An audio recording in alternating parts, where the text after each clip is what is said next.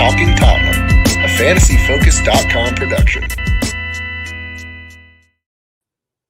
Welcome, everyone, to episode 162 of Talking Tottenham, brought to you by our new sponsors at Manscaped. This right here, this bad boy, is the Lawnmower 4.0. Well, they've got a special promo going here during Europe's best football. It is back with the Euros. Avoid a Fellaini bush in your midfield and clean up your midsection with Manscaped. Proud sponsors of Talking Tottenham podcast. Be a proper man this tournament. Shave your balls with the brand new Lawnmower 4.0, an ultra smooth package. Join over 2 million men worldwide who trust Manscaped with this exclusive offer for you. 20% off, free worldwide shipping with code COYS20 at manscaped.com.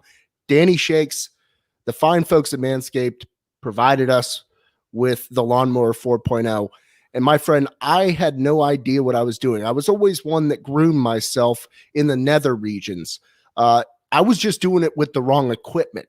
Because let me tell you something. I went from an Amazon rainforest to Sean Dyche's bald head in no time. And it was a wonderful experience here. Manscaped is dedicated to helping you level up your full body grooming game so you can enjoy the games clean and properly cared for. Manscaped is the only men's brand dedicated to below the waist grooming, and their brand new shaving tools just dropped right in time for the Euros. 7,000 RPMs, Danny Shakes. You don't even have a car or private jet that gets you 7,000 RPMs. It's right here. I don't believe I do at all, Bucks.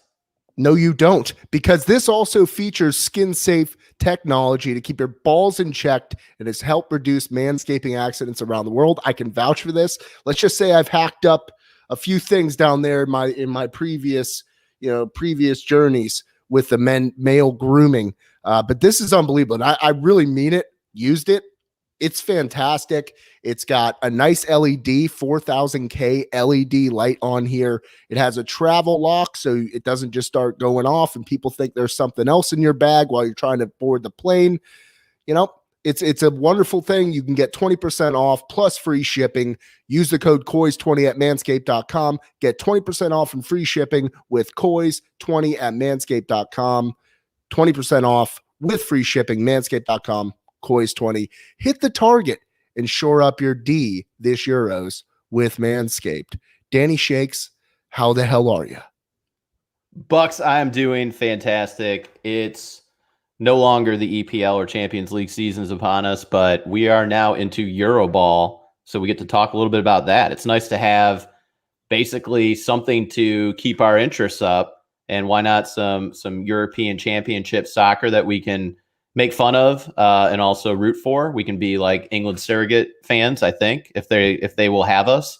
And then before we know it, it'll be August. And in between there, I think there's some stuff that we have to touch on with Spurs, specifically the manager.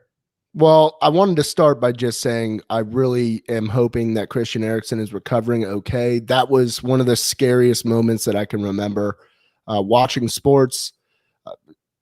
I was devastated when I found out it was Eriksen. I was kind of watching in passing, doing things around my parents' place, and my dad had the game on. And he just said, "Oh, somebody just went down, Matt. This doesn't look good." I was like, well, who went down? And once, I went on Twitter because they kind of stopped talking about it a little bit, and it was just the visuals. And I saw it was Christian Eriksen. I got really choked up, like really, really choked up, and just praying and hoping and wishing. And for those who know me, I'm not the biggest man of prayer, but I was just praying like crazy. Thank God he's alive. Thank goodness he got the attention and the care that he needed in that situation. But man, that was such a scary 10, 15 minutes there. Yeah, it definitely was. And you and I, we talked about this before the show. We just want to give our thoughts, prayers to Eriksen, his family. We're not here to talk about really anything else with that. We don't feel like that's our place to, with as far as like the coverage and people weighing in on stuff and whatever. I will say, Bucks, I got let off the hook a little bit with it. I was out golfing with our buddy Trafford Kyle. Fortunately, we have a Man U fan in our lives.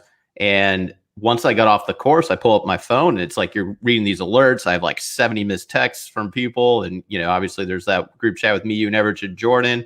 So it's kind of like I pulled it up, saw the alert about him collapsing, and then it went to stabilized in the hospital. So I actually didn't get it. You know, I didn't witness any of this stuff. So just so glad to see that he's stabilized, recovering in the hospital. And again, thoughts and prayers to him and his family. Yeah, and I know he was always one of your favorite Spurs players. You love the guy. You know, I loved Chris. And yeah, in that moment, I was thinking, man, I've been critical of Chris in the past. I shouldn't have done that, you know. But it's a podcast. We talk about what we feel, what we see, and in that moment, good Lord, I was just hoping, and I'm so happy that he's okay. And you know, good Lord, his family having to go through that excruciating time frame there. I can't even imagine being in their shoes. So thoughts and prayers to the Eriksen family. And, you know, I hope everything progresses well for him and he can live a normal life and hopefully, you know, get back on the pitch whenever he's able to and recovers in full health. But wow, you know, what a moment that just takes you away from the spectacle and then just reinserts you back into the fact that life is precious, Shakes. Absolutely precious. It absolutely is, Bucks. And yeah, definitely made us all take a step back, realize we're just following a soccer game, just 22 dudes like kicking a soccer ball around. Put things into perspective for me. I feel like when you think Eriksen, don't you think just like professionalism, like just like played his way out of his contract where, you know, he's still like, they obviously didn't want him in his plans at Spurs. Well, once he said he wasn't signing the new contract, they didn't have him in their plans yet. He'd still come in as a sub, give it his all. And then eventually made his way to Inter Milan. At first, it didn't work well for him there, but then he worked his way in the starting lineup there. They ended up winning the Serie A title with Conte. And you just saw it from like every single player in Euros. They were all just saying like, you know, get well, Chris. Just seemed like he was just loved by everyone. And of course, just a professional soccer player. Professionalism is the name of the game. Just, I can't imagine being anybody at that stadium, being on the pitch, being in the stands. What a moment. It makes you just step back and say to yourself, good Lord, you know, it is just a game, but it could be taken at any minute. So definitely had me very introspective since that moment. And yeah, just really hope that he recovers well and we'll go from there. God, I hope he plays again. You know, I really do. I'm not sure what his future is, but wishing and hoping for the best for Christian Eriksen. Spurs legend, man. Spurs legend. The best of the Bale 7, as they say. He was. All right, so England got a big win. Felt like that was kind of a harsh turn. I don't know how you come off of that last. No, there's piece no there. Transition. Yeah. I do want to add just leaders of men out there, guys like Kasper Schmeichel and who's their outward player? Yeah, Kier. Yeah, those guys rule. Yeah, those guys are what leaders. A great job. Yep. Definite leaders, man. England though got the win, and it was a sloppy mess of a game against Croatia there. But you know, we're looking at a repeat of the semifinal here from 2018. Talk about a riveting way to start a Sunday. You're like, oh my God, I'm being transported back into time. They can't go into free kicks at all, right? There's no free kicks here. Not this time. Did you really feel transferred back in time when Trippier was starting? On the left-hand side? Yes. Yeah, when you saw that. I actually thought it was like Spurs 2016 or something. I thought it was like in the multiverses. In the Marvel Cinematic Universe. Have you watched Loki yet on Disney No, Plus? I'm not. And I am not Fantastic. a Marvel guy. So why? I don't know, man. It feels daunting. I think that's it. Like, I just don't know if I have the time, the energy, and just don't want to commit myself to all of these movies. Like, I just finished Mission Impossible movies. What's that, like 6 of them? Like, I finished 7. that over the pandemic. Yeah, 7. See, I don't even know. I haven't seen any of the Fast and Furious. I mean, I don't know. I don't commit much outside of Star Wars. I don't think I've committed to anything more than like 3 movies long. I think I'm trilogy or bust, Bucks. See, I feel like you could just watch a Marvel movie. You get transported into this weird steroid laden environment where folks are just doing amazing things. I love the Marvel movies, man. Loki is a fantastic show. I've only watched the one episode. That's the only one available. Next one comes out Wednesday, I believe. So I'm pretty pumped about that. But I felt like I was in the multiverse, and I had Owen Wilson talking to me because it's like Kieran Trippier's back out there, Kyle Walker's back out there. England, they need to get better quickly. I'm not going to, 3 points is 3 points in a group stage. So it really doesn't matter how you get those 3 points. But I don't know what it was with that lineup. I was shocked that we didn't see Grealish at all. I don't know is he still injured? I thought he came back to full health. He was listed as a substitute. I was going to ask you the same thing about Chilwell. I was like, why isn't this guy starting on the left side? We got Trippier, Walker, like I said, like we're watching Spurs back in the day. You know who I was impressed with though is I liked Calvin Phillips in there with Declan Rice as the two holding mids. Impressive, yeah. I thought he looked good. I think you always there's some automatic starters and it's like Foden, Mount, Kane. I don't know like if the best two holding mids is like Rice, Phillips, or if Henderson. You're assuming he's completely back. Is it like you throw him in there with it? Maybe you drop Mount further back. I mean, you can do a little bit more if you're England in like the middle of the park. I feel like I know Sterling's your boy, whereas I'd rather Grealish start or even Rashford start. But Rashford obviously coming through, not the best stint of play for him. So I get Sterling and his speed, and he's the one that scored the goal. Saw it was his first goal in any major tournament for England. So got the monkey off his back there. So glad to see it there. But I still don't know if he's like the best fit with Kane and Foden. If Kane finishes and you have Sterling making runs, that's great. But don't you think like a better setup guy like Grealish should be in there? And maybe I don't know. And maybe I'm just being harsh on Sterling. That's also in the back of my mind. I think a 4-4-2 might work pretty well for them. As old school as that sounds, like I sound like a dinosaur right now. But I do feel that, okay, if you have Sterling running down one wing, Rashford down the other, and then line up with like, I don't agree with that. What about like a 4-1-1 or something like that? Like something where they're playing off each other. Kane can drop back. The two wings can get really far forward. And then you still have a good – I think the central pairing should be Phillips and Rice moving forward. I thought they did good. I do too. I mean, they have to and go that's because like Declan Rice has never had a beer. Kovacic. It's because of beerless Declan Rice. That's interesting to me that he has never sipped one. I don't know if that means I should never trust him in my life or if he's got the most incredible sense of discipline ever. Discipline. I mean, I trust him. He should be holding midfield for England for the next 10 years. Agreed. And I think Calvin Phillips is a perfect little spice up. Calvin Phillips, he looked great. That run he had to set up that goal was spectacular. Kane looked a little lost all game. He wasn't getting the service that maybe he expected he would get. So maybe it isn't always greener, Harry Kane. So it's not just at Spurs where you don't get service. Team England too. But I think that also kind of goes back to what I was saying, Bucks. It's like Sterling is a very good player. Okay, so I'm not trying to turn this into Sterling bash sentence or segment, but he definitely looks to shoot first, right?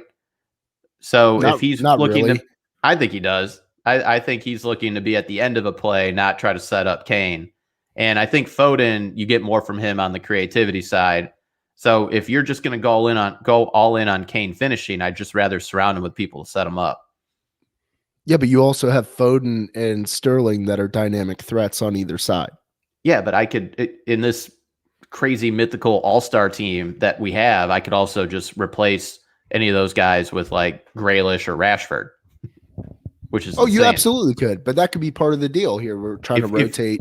If you were going to go 4-4-2, I mean, don't shoot me on this, but I think then up top it's just Kane and DCL. If you're going to just load up guys to feed two strikers, then it should just be put Calvert-Lewin up there with Kane. 4-4-2 is the wrong way.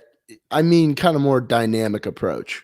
I don't know. With Kane dropping back, DCL also drops back quite often. I feel. Do they not trust their fullbacks? I feel like they trust Walker to play defense. Trippier, I just don't get that start. I don't know if, because I feel like if you do have Chilwell out there, maybe you could start looking at 4-3-3 stuff, and then Mount's more in the middle of the park, and then you can even bring Kane back a little bit further. I don't know, because Kane after a while did come back closer to midfield to get the ball. I thought England was more dynamic in the first 20 minutes, though, when Trippier was shooting forward. Then that kind of subsided after a while, and it got cagey basically for 40 minutes straight. And then just one, moment of magic by Calvin Phillips to set up Sterling is really the difference in this game. It wasn't like, England deserved the 3 points, but they weren't just, it wasn't like this game should have been 3-0. 1-0 feels right to me. Yeah, it does. So big match on Friday against Scotland. We'll chime in with a couple of different thoughts on that. Hopefully England gets another 3 points. I'm rooting for England. Are you going for Italia or are you going for England here, bud? I'm rooting for an Italy-England final, Bucks. Probably I will root for England when it comes to that point, but let's just get there and then I'll know when it happens. Okay. It is the homeland, the Azzurri. Yes. Forza. Italy looks. I thought out of the teams that I've watched so far, if we're playing like a, who impressed you, who didn't impress you type thing going into it, we just watched Spain just continue their World Cup qualifying form and just not score any goals and have 90% possession and just pepper in crosses that do nothing and draw Sweden 0-0. So they didn't look great. I thought Italy looked really good. I thought Belgium looked good. Netherlands, I kind of thought they looked really good at the beginning. Then suddenly out of nowhere, Ukraine hits like a set piece goal and like a wonder goal. But then they stepped forward and got that goal in like the 87th minute. So there's some teams out there that look like England's got to play a better match than they did against Croatia to beat some of these other teams I've watched in the first couple days. I would say Belgium, I still got power rankings 1. We haven't seen France. We get France. Yeah, Germany France is my number 1. I think we can get France on plus odds tomorrow. I think we do that. I would be down with that as well. Is the game in Germany though? I guess that's as long as Moussa Sissoko starts, then I'm fine with it. But overall, I think Conte starts over him. The thing that I love most, though, about watching these tournaments is you kind of get used to the same sets of players for the same countries, especially when, you and I have been international soccer supporters watching all the big tournaments for many, many, many years. It seems like we're kind of in that shift into the new generation of players right now, especially for teams like Spain. Obviously, Spain is having COVID issues and whatnot, so it's a totally they haven't even, on top of them not playing well, they've also not practiced well.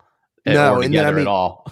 England, the same thing. You have Italy with the new blood as far as the attacking ranks go. Old blood in terms of the defending base there for Italy. So it's great to see Chiellini out there dragging his carcass out onto the pitch and still dominating.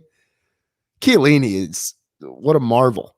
I know he's not even that old. How old is he? 38, 37, 36. Will we see him in the World Cup in the States in, what is that, 6 years? Will he be there? It might be 5, I guess, because we had COVID a race here.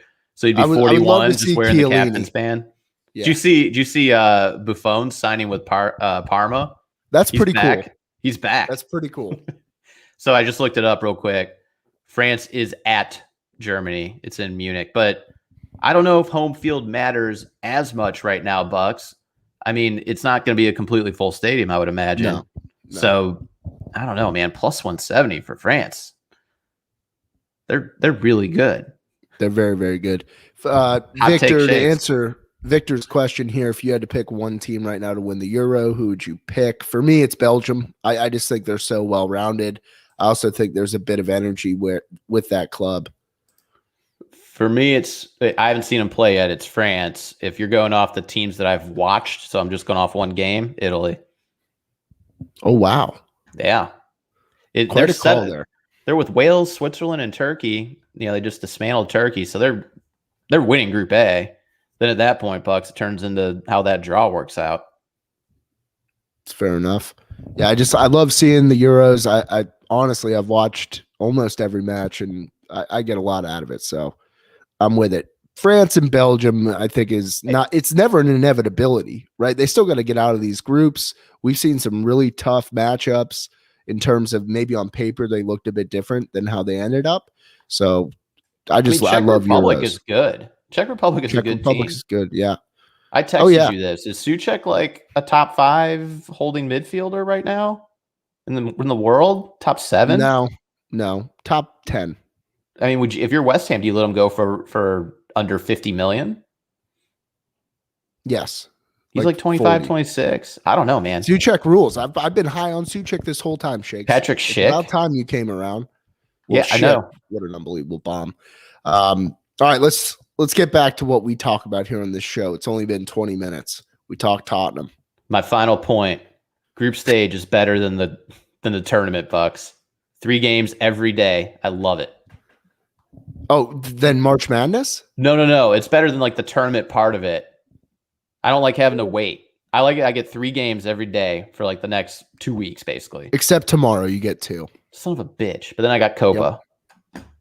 Yeah, that Copa, the transition from you're watching the Euros and then boom, Copa America comes on. I was going to ask you, Brazil, Venezuela. Does it feel like a little soccer after dark for you? It's like a little grungier. Yeah. Like, just I think the way the game's called versus the European style, it's a little more tackles. Yeah. A little grittier. It's fantastic. It's Kinda cool like though it. to get kind of the juxtaposition too. Yeah. Because you just finished watching European soccer. You just watch Spain, then you watch Sweden, South then you go America. you go to like Argentina, Costa Rica, or but Chile. But when you watch Spain today, that was a painstaking match to watch. That game was terrible.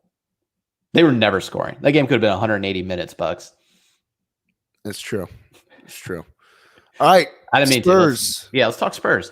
Non-formal news at this point, but it seems like the writing is on the wall that Fabs, we're officially calling him Fabs, Paratici, he went ahead and targeted his man, Paulo Fonseca, previously of Roma.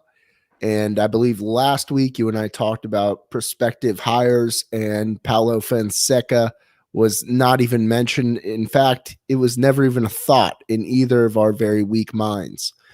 And then the very next day we wake up to, well, it looks like Fonseca.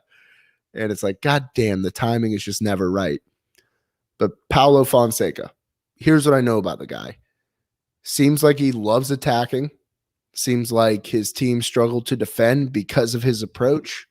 His team gave up 58 goals last season in Serie A. I believe they gave up 51 the season prior. So he had 2 years at Roma. Overall, the defensive record does not impress me, but what does impress me is I've heard like a lot of really good accolades and reading different articles, different comments from some of Romer's more senior players talking about how as a coach, he's one of the finest coaches that they've worked with.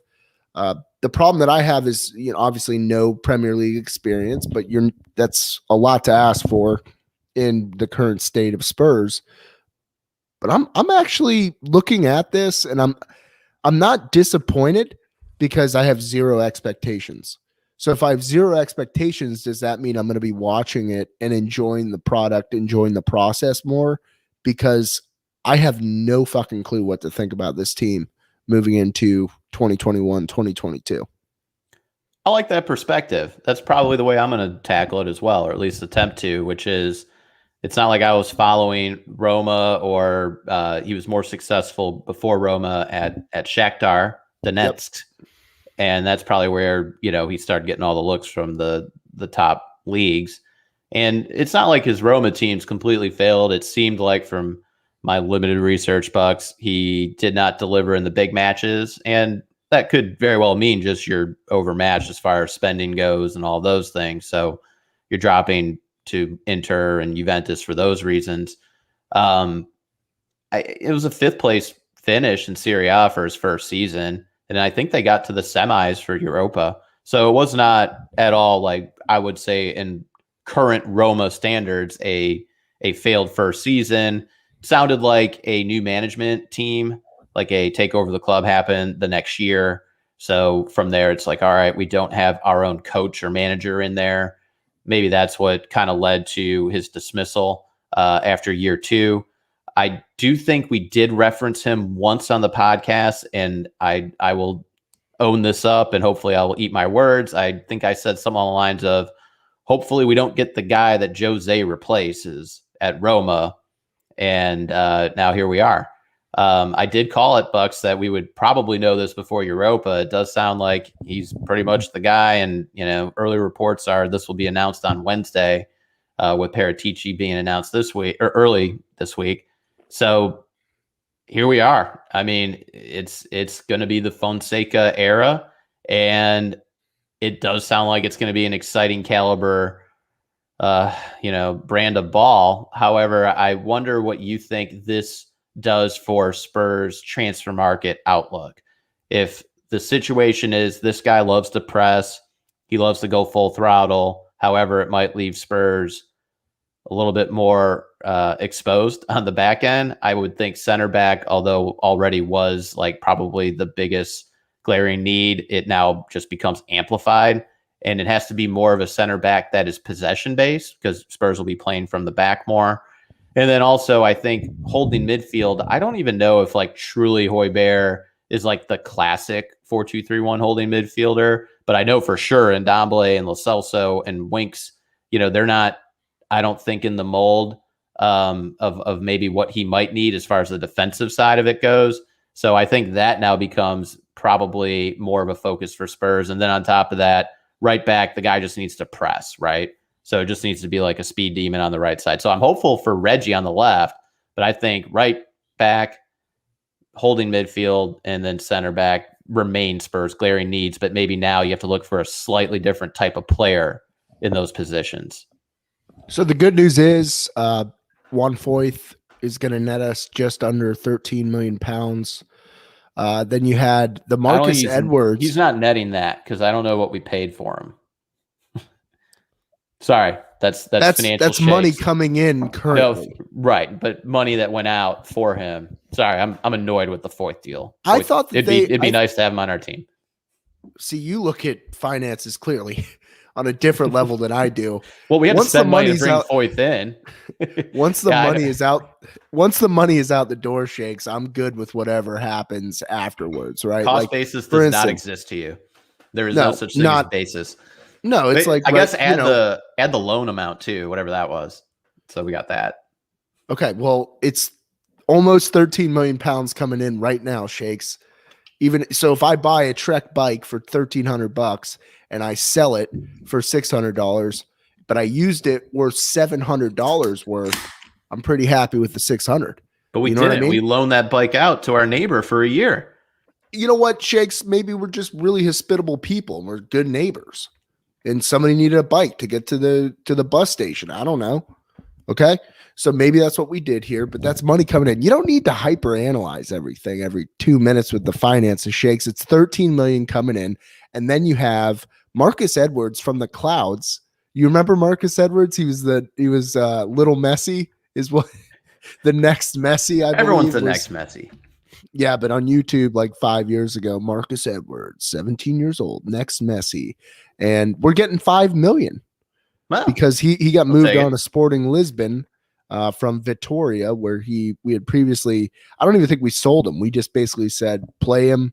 And then if you sell him, we get half of whatever you sell him for. And I think the number they came up with was 10 million thereabouts, maybe a little more, from Vitoria to go to Sporting Lisbon. So big move for him, but a little bit more. So that brings us up to right around 18 million that we did not previously have. I think that's going to be kind of our target for center back, which is the sad part, Shakes, because what does that tell you? It's either going to be somebody who's aging, but maybe very able, like very good with their feet, able to play out of the back, strong commanding presence as far as leadership is concerned. I would imagine probably somebody from Serie A, given Paratici and Fonseca, their familiarity with that league. But I also think that there's a part of this that we still need more, because I would like to see us spend upwards of 30 to 35, bring in a solid 27, 28-year-old player that we can go ahead and make sure is able to play for Spurs for the next 3-4 years without that aging trajectory in place. What are your thoughts on kind of what do you think we're looking to spend there? Because I agree with you. That's got to be priority number one. For me, priority number two is a right back, because I do want to see what Skippy has to offer. I want Ollie Skip out there. And so we'll see what we have. And Norwich had the ball more than they didn't. So maybe there's some loose translation between how Norwich played and how Fonseca wants to set up. But I guess, Bucks, I want to take it this way. Do you think this changes the outlook on who transfers out for Spurs first before we start looking at who they'd want to bring in? I mean, I think it definitely needs to be a possession based or a center back that's comfortable playing the ball, playing it back to the keeper, which I don't think that suits Hugo. But here we are, because that's just the way he's going to want to play. And the way I kind of look at it now is maybe that means Davinson Sanchez might stay on this team. I think Toby for sure stays on the team. It blows my mind that Eric Dyer, the project, being a defensive midfielder at one point, just for whatever reason, can't play the ball well, and under pressure and be possession based. But maybe having reviewed prior years and clips at that point in time, Paratici and Fonseca will think to maybe keep Eric Dyer as well. Suddenly it's like I'm looking at this loaded center back line. It's like, all right, Rodin we're keeping because we just got him. Sanchez and Dyer used to be more possession based under Poch and had success there. So, and then Toby's always going to be there. So someone's got to go. This is the way it's going to have to look if you're going to bring someone new in. But now that to me is more the question is just what's the belief in the current players, especially in the center back position. Because I think midfielder it's kind of easier to see. Like you're just like Ndombele might be able to press and have like a zone that he could press in, but if you're going to ask him to like work back and forth in the holding position, I worry about that a little bit. Winks did better under Poch, let's be real. So maybe there is something there. And I think Lo Celso at this point now would either be in a 3-4-3 on the left or further up. So I just think it changes the caliber of player. Type of player. I shouldn't even say I'm caliber. not going to act. All I can speak on is what I see and what I've read. I think Serge Aurier's gone. Yeah, it sounds like terms were agreed. Yeah, I think Serge is gone. I think one of Dyer, Sanchez, and Toby will be gone. I would prefer to stay younger there, and that means probably Dyer going and keeping Sanchez. I think Dyer offers quite a bit on the market, even though, he struggled last year. But English international, homegrown players, so I think there's a lot of value for him. Someone will think they can turn him around. Absolutely. He's still young, too. Yeah. So I think there's a player there, but I think Sanchez, I still think there's a player there. I don't know what it's going to take to bring him out, but playing that possession based out of the back with Dave, that's the thing that concerns me. So if I were to have to rank it in terms of who I think would be on the way out, it would probably be Sanchez 1, Dyer 2, Toby 3, but I do believe it'll be one of those three. I also, again, I think Tanganga should probably shift back inside, and then let's spend some money on a right back and see what we have there. Right back would be my number 2 priority. The beauty of all this is that it does seem like Paratici, his whole game plan is, Levy, you tell me what we have, you tell me where we need to go, I will identify the players that need to go. It seems like Winks is on his way out as well. It does. And I wouldn't be shocked with that at all. So between Winks, Aurier, and let's just say Sanchez moves on. Sanchez, I think, would net us right around 25 mil. I don't think that's even a high estimate. I think that's probably right in the middle of where he lies.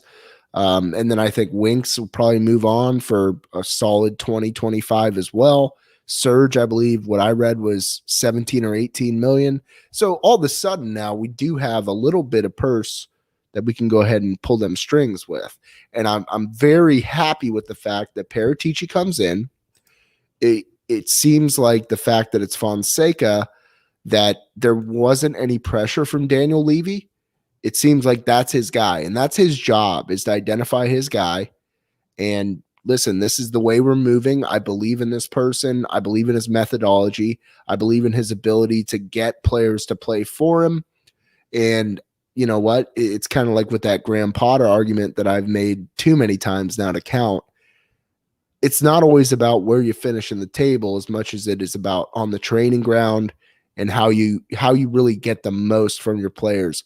And the fact that Roma was said to have been playing some of the best football up through March of this past year, I think that's a big deal. I like the fact that people are like, they're playing pretty football before injuries set in. playing pretty football for me right now is what matters most. And keeping Harry Kane would be secondary to that, in my opinion.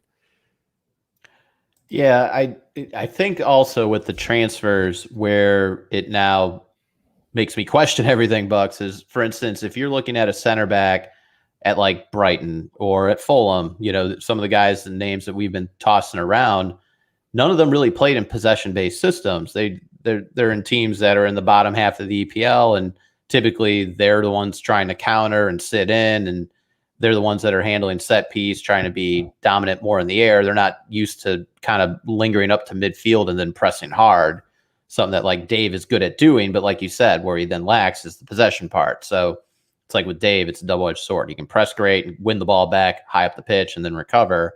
But at the same time, he's just not the guy that you want to be playing like a 1-2 with Hugo. So I don't know who those guys are now. So now it's like I want to hear first, of course, Fonseca get announced, if that does happen on Wednesday, hear what his vision is for what a type of center back player, or maybe he'll even give us some tidbits like, I really like the way Toby plays or Eric Dyer plays or whatever it is. And then you kind of look for then players that might be available in the marketplace to fit what his mold is. I mean, for the most part, he seemed to favor a 3-4-3 back at Roma. At times he would play a 4-2-3-1. But I mean, the name of his game seems to be pushing the shit out of those fullbacks. Reggie seems to fit that to a T. So I'm happy with that.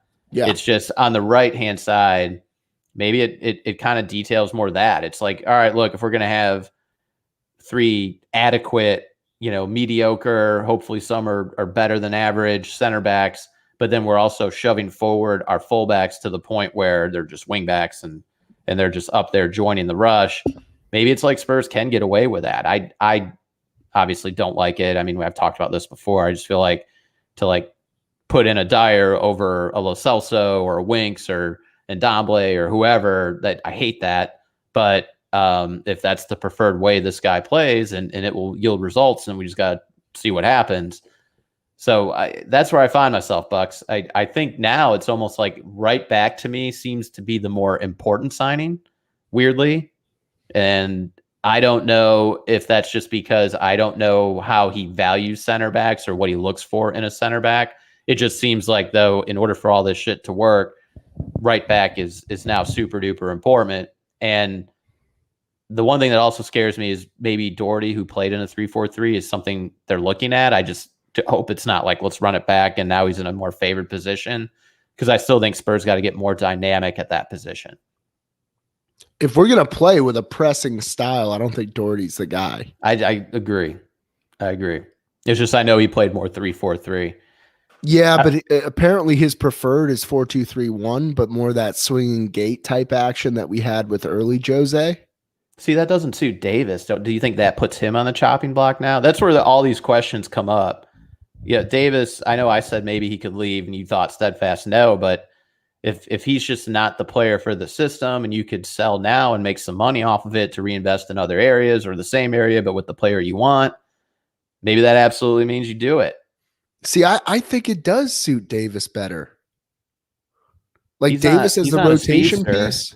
No, he doesn't need to be, but he was playing his best football when they were playing that swinging gate. And he was kind of the guy that stayed back. And so if that's what we're going to do, if Spurs will line up in a 4-2-3-1, I think that could be a decent marriage there. And I also just love Ben Davis. Me too. I want Gentle Ben to stay. How do you feel about him if they did go to 3-4-3, Davis just being the left-sided center back? Don't mind that at all. I don't hate that at all.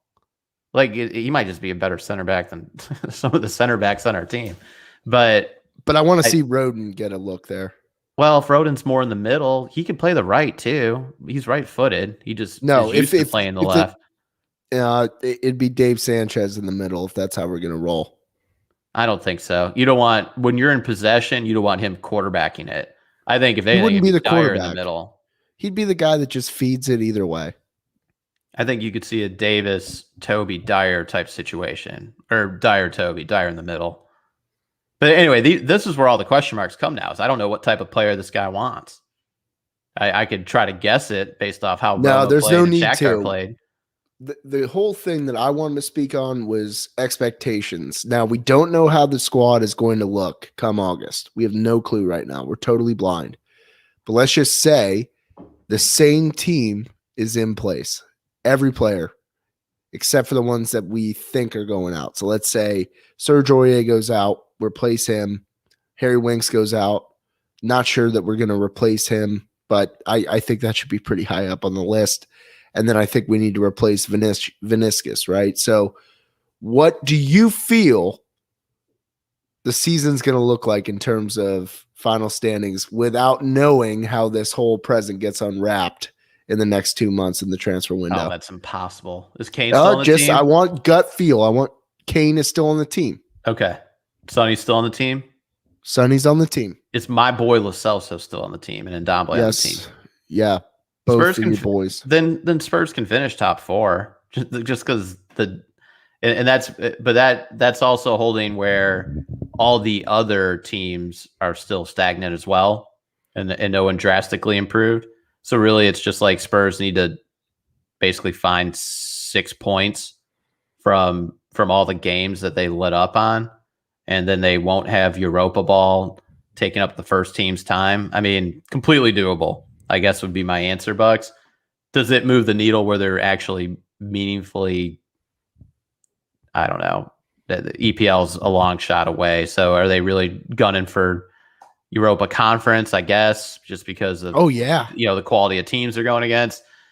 FA Cup, Carabao Bank Energy, I don't know. I mean, I think there needs to be some drastic changes to the team in order for there to be really success. But could they finish top 4 with the same team? But if no other team got better, sure. I mean, they dropped enough points where they could make that up. Okay. This makes me feel good, Shakes. It tells me this. You're going into this with an open mind. I am. I really am. You know what? I was thinking about this, Bucks. I really gave a lot of shit for, it looks like we apparently needed a director of soccer and, this guy's now the president of football operations. Didn't know this was an issue, but what if that is exactly what we needed with Paratici? And I don't mean it like Higgins did a bad job or anything like that. I just mean you need this person. Who's Higgins? Hitchens. Did I say Higgins? I treat him like he was you've been watching Ted Lasso too. I have been. Higgins on the brain. Oh my God. Higgins is my favorite character. That is exactly what I was thinking. I was thinking Higgins from Ted Lasso and Steve Hitchen. That's bad that I get that type of combo right there for Hitchen. So, do you think that if Steve Hitchen had his way, he'd be playing his cello, or what is he playing? He's playing a stand-up bass with his little. I haven't gotten to that episode. I'm still. You haven't? 5 in. No, but he does love Ted Lasso at this point. 6. I love that guy. Higgins. No, it is funny how I thought Higgins for Hitchens, but do you think Hitchens is like, who's this guy coming in, and then Paratici's like super organized, dynamic, just like running everything? He's just like, oh shit.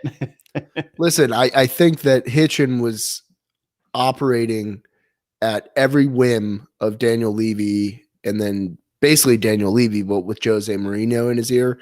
And to give the guy some credit, we brought in some players with promise. Sure. No, I just mean it's like a fresh voice, and it's only some guy that's like standing up to the boss. That's probably he's like, no, we're going to hire Fonseca. I believe in this guy. And Levy's like, well, I went through 17 managers and never even thought of that guy until you came. Well, the thing with Hitchen was we never understood what he did. Nobody did, because it was very muddied by the fact that Daniel Levy was still the guy calling all the shots. So like the movie Office Space. It's exactly like Office Space. What do you exactly do here? Yeah. Well, missed a few meetings. I told you I'm a people person. I slept through the transfer window because I hate it. It is going to be an interesting dynamic. I do wonder if they're still going to be working together by the end of the year. Yeah, I think they will. Because I think Hitchen, he doesn't have control over who we're playing. Each game, Hitchen's just the guy that's trying to get talent, and we've had some talented players run through. It's just we've never gotten the most from the talent. And we're never going to spend like Chelsea. We're never going to spend like City. You're right. And I do think he played more 3-4-3 Fonseca than 4-2-3-1, but either way, it'll suit the squad. It just turns into bringing in another center back. But do you worry a little bit about like guys like Skip or Sess or kind of like the younger players that might come in? I don't know how it changes for Ndombele or Lo Celso, who are already established younger players that are there, or Delhi, for instance. But I mean, that's all I think about now is the current squad. And then I feel like after a week will go by and maybe you'll hear some pressers and some interviews and kind of understand what this guy's looking for. Then you'll know, like, okay, this is what we're going to attack now in the transfer market. It just still boils down to, Bucks, where I know I've read those articles that Paratici is still working the transfer market, but I guess just us, the fans or whoever else, we're in the dark as far as what Spurs are looking for. Because we don't even know what players, when he comes in, are going to be who he desires to keep. I think it's an exciting time to be a Spurs It makes supporter. it kind of interesting. Yeah. Now maybe Because Delhi will be back if it is a 4-2-3-1. Maybe. No, we live in the dark right now, Shakes. I'll turn off my mood lighting here and just sit in the dark with you.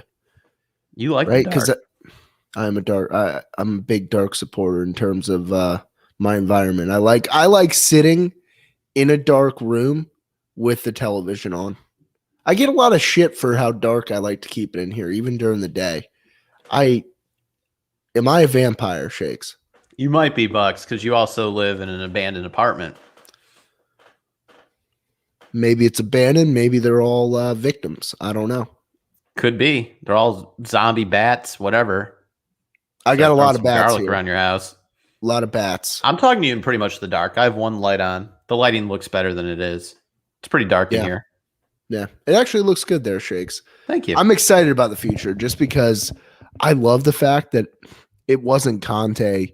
It wasn't another big name. It wasn't somebody that is going to expect the world and then get pissed off when they get delivered like a sack of McDonald's at 3 p.m. You didn't wait, so you're now completely off the Potter got jobbed situation. I don't think Potter got jobbed, but I guess just the name getting thrown in everything. Spurs, Everton.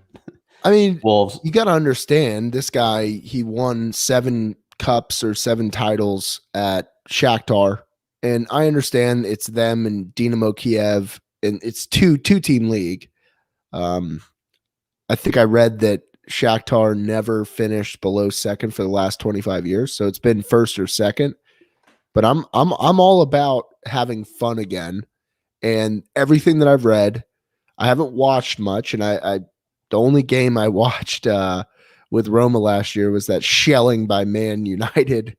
That was the only one, so I don't exactly have like the best taste in my mouth on this, but I also feel that a clean slate, 0 expectations, hitting the reset.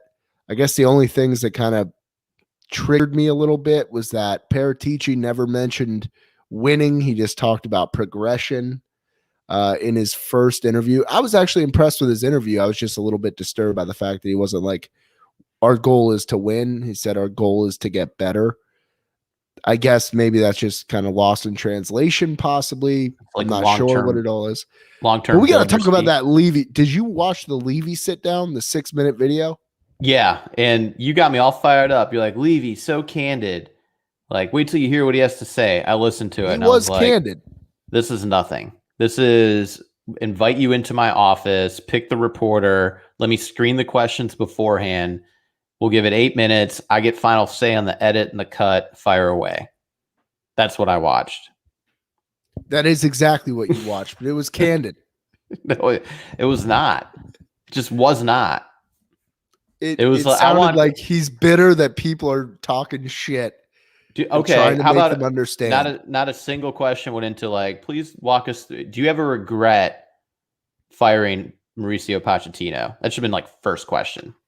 Just to start us off. If you thought it was a real interview, if you thought it was gonna be like a real hard hitting questions, tell me about like your thoughts on Poch today. Would you have him on your team? Your expectation level for what that was. Well, just your acceptance level.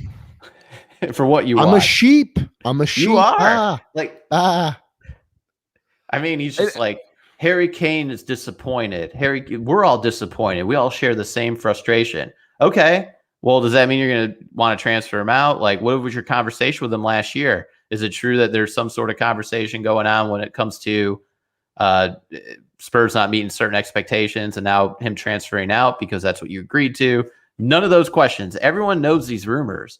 Like this stuff, that's the part that I think it's like if you didn't follow Spurs and you just watched the interview, you probably just would have thought it was a regular interview.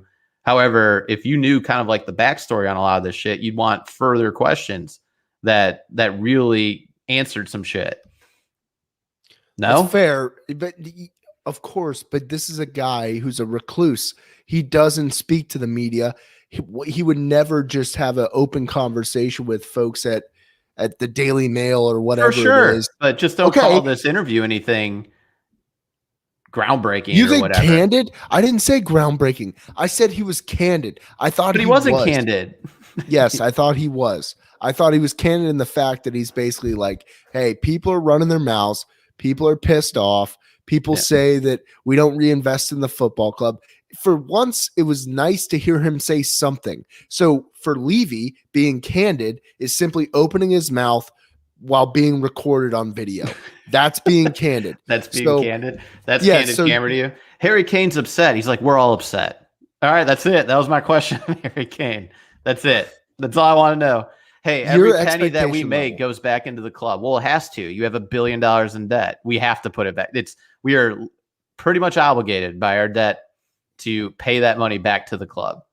And even that doesn't go back to the club. That goes back to the financing companies for the club. So it didn't even go back to the club. Yeah, I was pretty taken aback when I read the news. I think it was Friday.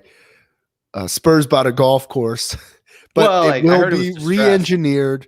It's distressed and it's being re-engineered. It's being repurposed for parkland as well as women's training facilities for Tottenham, which I think is fantastic. Awesome. So after reading the full briefing, which was actually a really nice pamphlet. I'm not a big pamphlet guy, Shakes.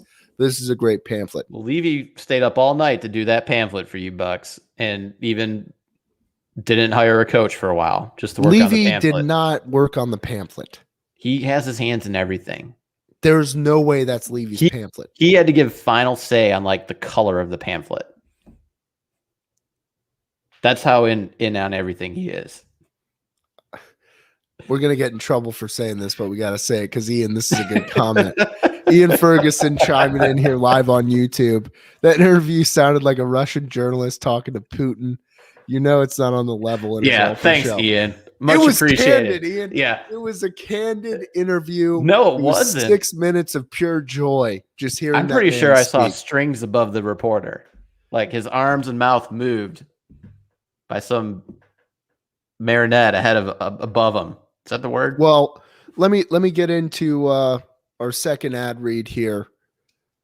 Just like Daniel Levy being candid, it was brought to you by the fine folks at wagsandwine.com. Wags and Wine is the first and only wine subscription box for both you and your dog, Little Pupper. Offering curated selection of top quality products, Wags and Wine is a new service that has found a welcome niche in a crowded market of subscription boxes. As the only wine box subscription for both you and your dog on the market, we pride ourselves at being a unique experience while supporting small, handcrafted businesses that focus on integrity. It's important these folks to support these small wineries. Exclusive, top-rated, small production wines, plus limited ingredient dog treats and goodies. You got wine for you and whoever you spend your time with, and then you got goodies for your dog. Match made in heaven. Options include the red box with 2 red wines, mixed box with 1 red and 1 white, blush box with 1 white and 1 rosé. Boxes retail on average for $110 or more. What can you expect?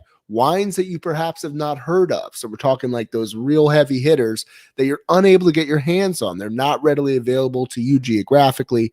Dog treats, chews, and products you can feel good about with both limited ingredients and no hidden nasties. Shakes knows a little bit about the nasties. Wags and Wine is supporting smaller, family-owned wineries and dog companies, not big corporations or those found in big box stores. As often as possible, our goal is to support the small but mighty wineries and dog companies for their subscription boxes. Use code Tottenham30 for 30% off your first box. That is Tottenham30 for 30% off your first box at Wags, WAGSANDWINE, wagsandwine.com.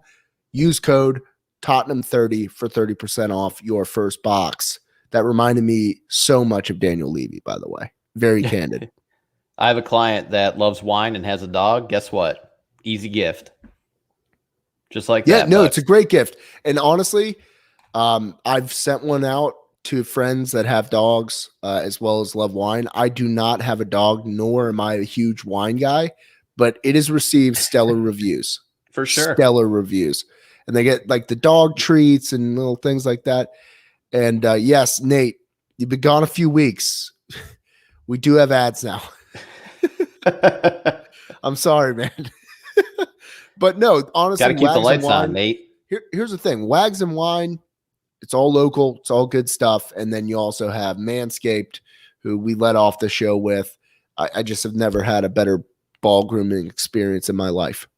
So Same. Grooming, wine, and dog treats. That's what we do here. Talking Tottenham. I mean, can't think of a better trio.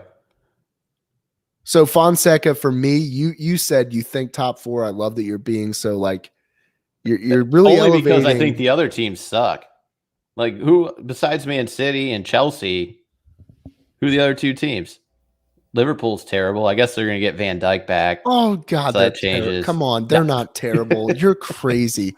I would say like my expectation level going into next season would be finish at 7th or better. Equal what we did last year, but have a hell of a lot more fun doing it. This is the year it's like, that OGS gets fired, Bucks. It just can't keep going like this. It just can't. He's fired. Liverpool's going to struggle. Klopp's going to bitch. Chelsea even could struggle. I mean, like, Tuchel didn't do well his second year with PSG. So, I mean, I don't know. I don't see Chelsea struggling at all. Chelsea, the kid. Well, again, this is all teams are the same, right? Everyone's going to load up even more, and Spurs are behind on that because we still don't even have a manager yet, but we'll see. I want us to play that attractive brand of football. I want to dare on the pitch, and if we fail going for it, then we fail going for it. Last season, the season before, we failed miserably not trying to go for it. There was no daring, and when we did let the dogs out, there were games that Spurs played some of the best football in the Prem. So let the dogs out. I mean, Levy Baja did, men. Levy Remember did the say, Baja Boys episode? Yeah. The Baja Boys. They're back. Dogs out. Baja Boys.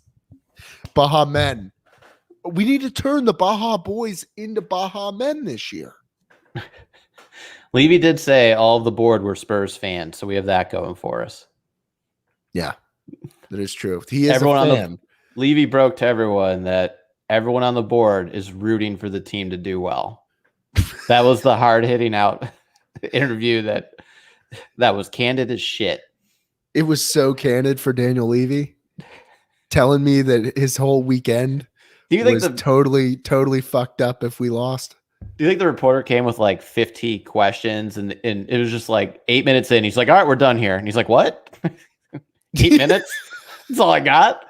No, that was fucking 30 minutes. No, that was 35 minutes. It was chopped and edited. It was edited out 27 of it. It was a Mike Jones track, and they just chopped and screwed it until he found that perfect mix. Oh my gosh, who did that editing, Levy? Or the boards that are all fans? Board members. Think it was another candid fan. Everyone here that's part of the club is rooting for the club. Thank God. In England, of all places, too. Like I could see here in the States, somebody that grew up a Bucks fan, getting an opportunity in Miami, right? And it's like they still root for the Bucks because their dad does, their mom does, their cousins, their brothers, their sisters. They're still rooting for the Bucks, but of course, if they're going to be candid with internal press, aka internal press, is that even press? That is that's a Russian term right there. Internal press has to be a Russian term. It's an internal press, man. I mean, the hardest hitting interviewees. Yeah, Venezuelan internal press. Yeah, yeah, it's all good, man. It is. Everything is good. I mean, Levy just got 99% approval. I read that. from the internal press. Back to what I expect for next season. Obviously, we will have tons to talk about. I hope that the movement starts sooner rather than later. I think we start with the players out. I would love to see some news regarding whether we can actually pump players out. And hold on one second. This is a terrible mishap here. I got to plug in the old laptop for a second here, Danny Shakes. So talk to me a little bit about the following. Talk to me about where you see Ollie Skip fitting in, because Ollie Skip, I think, is the big wild card here. I think Skip will join in just fine. Norwich had the ball a lot, so they carried possession a great deal in the championship, and that will translate well, especially if Fonseca is looking at a 4-2-3-1. If he's looking at a 3-4-3, a little different, then you start to wonder, are you going to try to pair him with Højbjerg, and then at that point you're sacrificing Ndombele. Is Ndombele even a player that Fonseca wants to have on the team? I think so, but that's going to be part of it, Bucks. My question to you, though, is what do you think Harry Kane thought of this hire? Of both Paratici as well as Fonseca? I think he's probably pretty relieved to see a director of football come in, football operations, whatever you want to call it. I actually think that makes him a little bit happier. With the hire, I don't think he was probably talked to or consulted regarding, anything he wants. I would say he's probably pretty fired up for the fact that this guy wants to let it ride. Yeah. On the attacking front. He probably likes that, but do you think they did consult him? Like, hey, if we brought back Poch, would you stay? And that might have been part of it. Then suddenly the Poch rumor train gets going. I think he is at least made aware of what's going on. I don't know if it's like, Harry, give me yes or no. But I think it's like, here's our short list. Like, hey, Paratici, make sure you're texting Kane. Make sure to CC him on this email. I think there's some of that going on. And it's also because I just think behind the curtain, there's just more to it. Like, again, Kane having these agreements or discussions with Levy. And again, I don't think he's pulling strings. I just think he's their best player. So they just want to keep him in the know. So there are folks out there that equate what Jose Mourinho did based on, him touting that he could get the most out of Harry Kane on the Amazon documentary.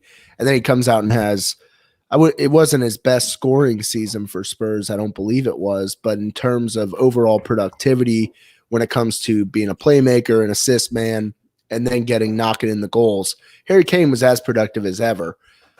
But look back to Pochettino and him coming into his own underneath Poch, playing kind of a more freewheeling style of attacking football, high press, possession.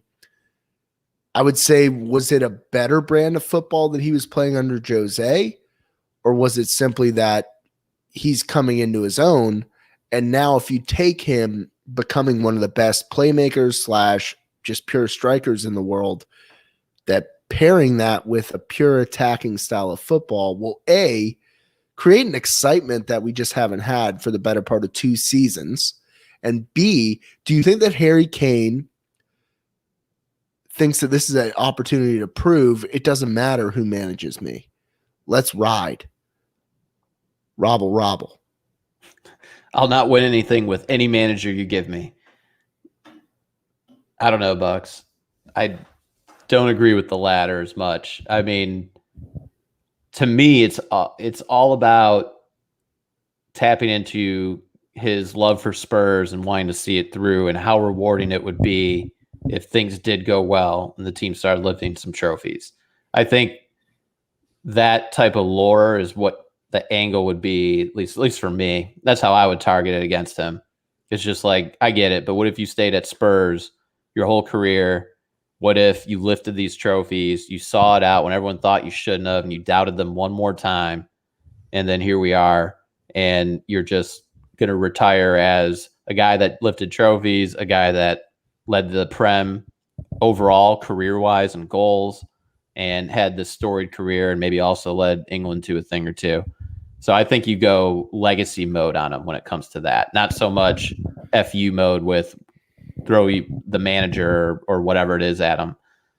But that's the way I kind of look at it. I was looking at it's at the what's the player? Is it the Players Tribune?